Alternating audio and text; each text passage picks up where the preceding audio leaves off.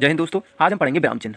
विराम चिन्ह। अब देखो, विराम चिन्ह के बारे में पहले जानना आवश्यक है। देखो, विराम चिन्ह क्या होता है? विराम चिन्ह मतलब हम किसी वाक्य में रुकना, ठहरना या जिन शब्दों से हम थोड़ी सी देर के लिए ठहराव होता है या पूर्ण विराम लगता है या रुकना, ठहरना, गति, रति आदि जो शब्द आते हैं उनसे हम विराम चिन्ह कहते हैं। ठीक है। अब विराम चिन्ह के बारे में पहले तो आप फैक्ट याद कर लो कि विराम चिन्ह भरतमुनि के अनुसार विराम चिन्हों की संख्याएं 20 हो जाती हैं। ये कभी कभी पेपर में पूछ लेता है कि भरतमुनि के अनुसार विराम चिन्हों की संख्या कितनी है। हाँ, ये चीज़ और ध्यान रखनी है कि जो हिंदी का जो विराम चिन्ह है वो भी पूछ लेता है। आपका जो पूर्ण विराम है, क्या पूर्ण विराम, यह हिंदी का विराम चिन्ह होता है। और बाकी के जो 19 विराम चिन्ह हैं वो क्या किसके हो जाते हैं? वह इंग्लिश के विराम चिन्ह हो जाते हैं। यह चीज़ आपको ध्यान रखनी है। और इसमें एक फैक्ट यह ध्यान रखना है कि सबसे ज़्यादा प्रयोग में लाया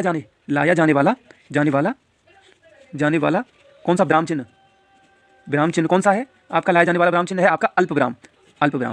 पहले पर आपका सबसे ज़्यादा उपयोग में लिया जाने वाला विराम चिन्ह है अल्प विराम। उसके बाद योजक चिन्ह। यह चीज़ आपको ध्यान रखनी है। उसके बाद हम बात करें विराम चिन्हों के बारे में, तो देखो, पहला विराम चिन्ह आ जाता है पूर्ण विराम। पूर्ण विराम का हम वाक्य के अंत में प्रयोग किया जाता है। ठीक है। पूर्ण विराम का सिंबल ये होता है। यह चीज़ आपको ध्यान रखनी है। उसके बाद हम बात करें अर्धविराम की। अब देखो, अर्धविराम क्या होता है कि पूर्ण विराम से थोड़ा अल्प होता है। ठीक है। उसके बाद हम बात करें हम अल्प विराम। अल्प विराम का ये होता है, सिंबल होता है। उसके बाद हम प्रश्नवाचक का ये चिन्ह होता है। ठीक है। उसके बाद हम उपविराम में 2 बिंदियाँ होती हैं। उसके बाद आपका आता है योजक चिन्ह। ये होता है, इसे हम समासिक चिन्ह भी कहते हैं, क्योंकि यह बहु समास में ज़्यादातर उपयोग में लिया जाता है। उसके बाद हम बात करें अगला आपका उद्धरण चिन्ह होता है। ठीक है। उद्धरण दो तरीके के होते हैं, एक इकहरा उद्धरण होता है, एक दोहरा उद्धरण होता है। ये चीज़ आपको ध्यान रखनी है। उसके बाद त्रुटि पूरक या काकपद। ठीक है। काकपद, त्रुटि पूरक। ठीक है। यह जैसे कोई बीच में कोई शब्द छूट जाता है, उसको हम ये चिन्ह लगा के, काकपद या काक चिन्ह लगाकर हम उस शब्द को वहीं से स्टार्ट कर सकते हैं। उसके बाद विवरण चिन्ह आ जाता है, जिसे हमें किसी के बारे में पूरा विवरण या सटीक विवरण देना होता है, उसे हम विवरण चिन्ह का प्रयोग किया जाता है। उसके बाद आपका लोप निर्देशक।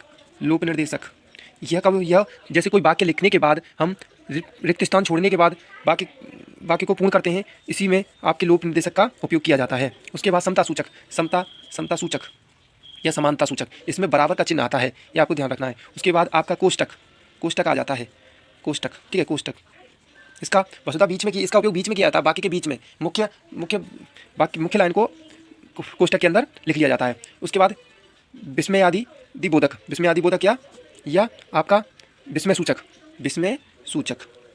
ठीक है। वसुधा, चिल्लाने, आश्चर्य आदि शब्दों में इसका उपयोग किया जाता है। ठीक है। ये चीज़ आपको ध्यान रखनी है।